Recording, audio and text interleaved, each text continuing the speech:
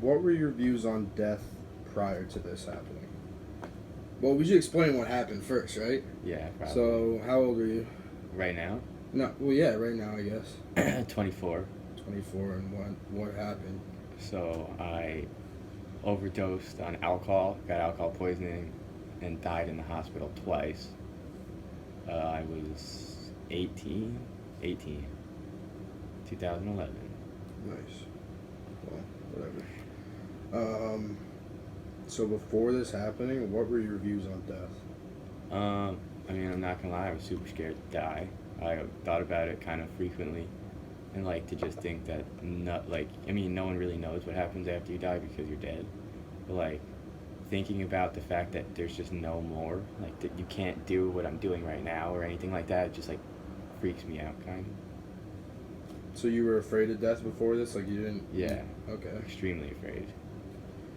And do you want to give like a little more detail of like what actually happened when you overdosed and died? Like what happened in the hospital. Yeah, well, like leading Happened. up to it, what happened? Like you were drinking with friends. Oh yeah, I was just drinking with friends. I ended up going to this dude's house with them, and uh, the two girls I was with or whatever were drinking vodka, and then they pulled out a handle of absinthe, and all I really remember is taking the third gulp of it, and I remember taking one gulp being like, oh, it's not too bad, it's just warm. Taking a second one being like, it tastes like licorice, and then as I put the bottle up to my lips for the third time, that's when everything went black, and I supposedly drank the entire handle of absinthe.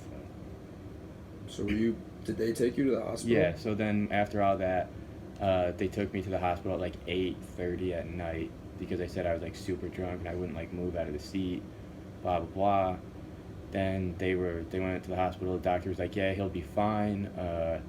Just we'll discharge him to like 3 o'clock in the morning when he's like not as drunk anymore. And then the two girls that I was with said they went to go to McDonald's and they came back and they just saw a bunch of people rushing into a room, and she like snuck past the door to see who it was or whatever, 'cause she, God forbid it was me, she said, or whatever, and it happened to be me.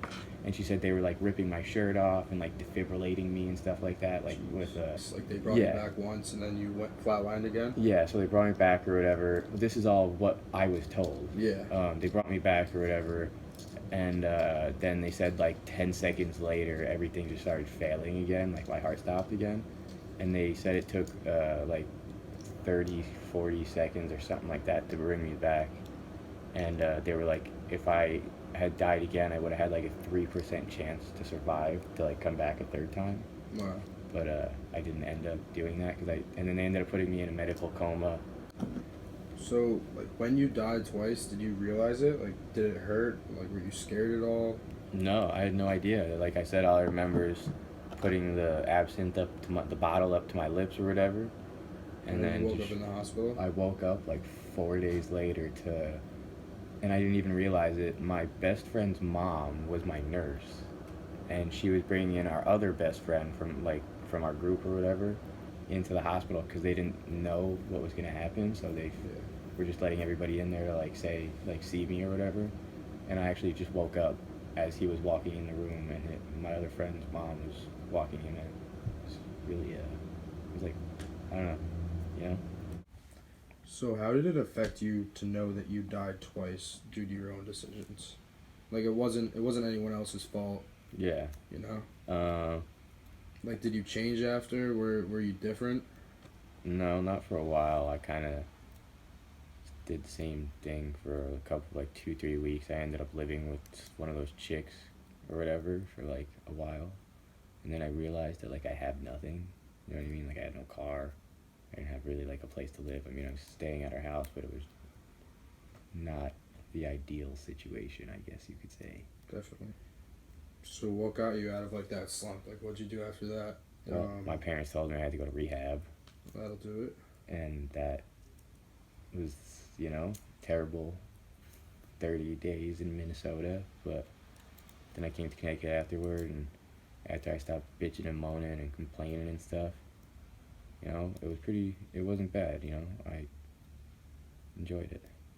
So have you looked at life any differently, like looking back on this? Like, does it Yeah, come up in definitely. your head a lot? Often. I mean, I just think like, so like, there's too many things in life to be stuck. You know what I mean? Like, I understand school is extremely important. Every, like, things like that are extremely important. But if that's what you want to do, like, they're only important to you if what you want to do with your life, you need to go to school for. You know what I'm saying? Like, So now moving to the death part itself, do you feel like you're any more prepared for death than you were before? no, I'm still super afraid. I don't know. I don't think it doesn't get any easier to know that you're gonna die and not be able to do anything ever again for the rest of forever. So there was no comfort in the fact that when you died, you just didn't feel like it. You Hell, didn't feel anything. no, nothing. It sucked. I mean, like, I don't know. It's, I mean, I guess it wasn't bad, but it wasn't like fun. It wasn't like I would, oh yeah, let me do that again. Yeah. So were you religious at all before that all happened? I mean, I personally am not religious. I just went through, CCD Yeah. and like communion and confirmation because that's when all the fam gives you the monies. But other than that, no, I'm not religious. Not like actually religious. So looking back at that 18-year-old, uh, that 18-year-old you, what advice would you give him if possible? Don't do drugs. That's it? Probably. Because then I would take, I don't know, be smart. Think about it. Not just in the sense of doing drugs, but like, I turned down a scholarship so I could stay home and like be an idiot.